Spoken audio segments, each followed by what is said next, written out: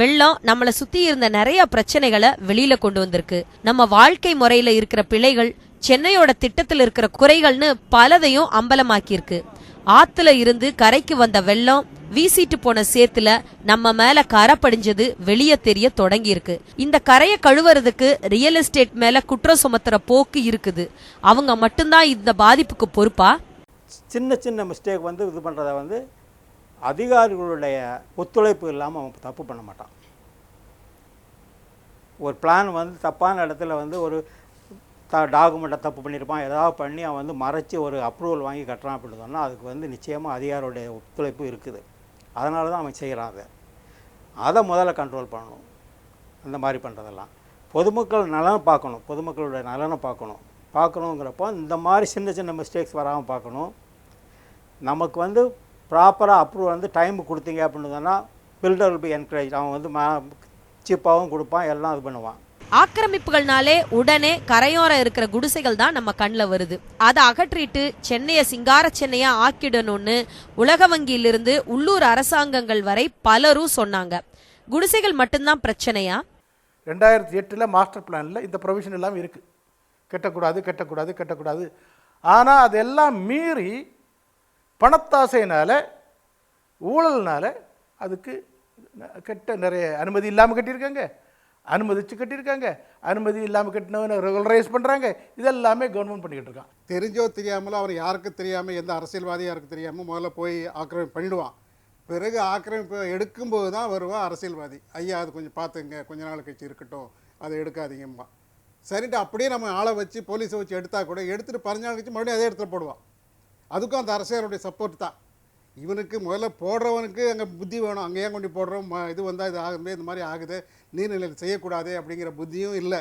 அவனுக்கு புத்தி இல்லைன்னு சொன்னால் கூட அவனுக்கு வேறு வறுமை அல்லது ஆசை, இரண்டும் வறுமையும் ஆசையும் போய் அந்த மாதிரி பண்ணுறாங்க. ஆக்கிரமிப்புகளை அகற்றதுக்கு சட்டத்துல இடமில்லையாங்கிற கேள்வி வரலாம். இப்ப பரவலா பேசப்படுற ஆக்கிரமிப்புகளுடைய தீங்குகள் பத்தி பலரும் முன்னாலேயே பேசியிருக்காங்க. அரசாங்கமோ நாமளோ அதை உடனடியா உணரல.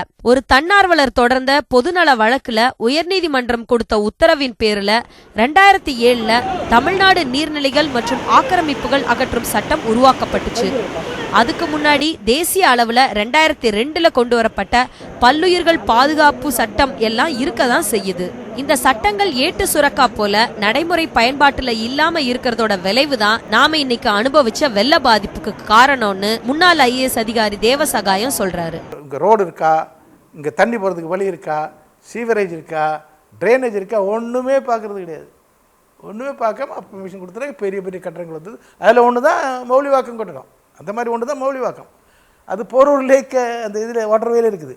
சட்டத்திற்கு உட்பட்டோ இயற்கையோட விதிகளை மதிச்சோ கட்டடங்களை கட்டி வடிகால் வசதிகளை முறையா செஞ்சா தண்ணீர் தன்னோட போக்குல பாயும். நாமும் அதோட அழகுல லயிக்கலாம். இந்த மாதிரியான கட்டடங்களை சென்னையில காண்பது அரிதுன்னு சொன்னாலும் இது போன்ற கட்டிடங்களை அமைக்கிறது தான் காலத்தோட கட்டாயம். ஏழை பணக்காரங்கன்ற வித்தியாசம் இல்லாம எல்லோருக்கும் பாதுகாப்பான வீடு கிடைக்கிறத உறுதி செஞ்சா சென்னை பாதுகாப்பான நகரமா மாறும். டிசம்பர் மாதத்தோட முதல் வாரத்துல சென்னை கடுமையான வெள்ள பாதிப்பை சந்திச்சுது. 300க்கும் மேற்பட்டவங்க அதுல இறந்து போனாங்க.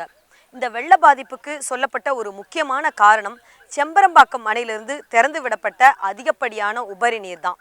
அந்த நீர் சென்னை முழுக்க மூழ்கடிச்சுது அப்படின்னு சொன்னாங்க. அந்த செம்பரம்பாக்கம் அணையில தான் நாம் இப்போ நின்றுட்டு இருக்கிறோம். இங்கே அந்த சூழலே மாறி போயிருக்குது. நிறைய சிறுவர்கள் மீன் பிடிச்சிக்கிட்டு இருக்கிறாங்க, மக்கள் கோயிலுக்கு வந்துட்டு இருக்கிறாங்க.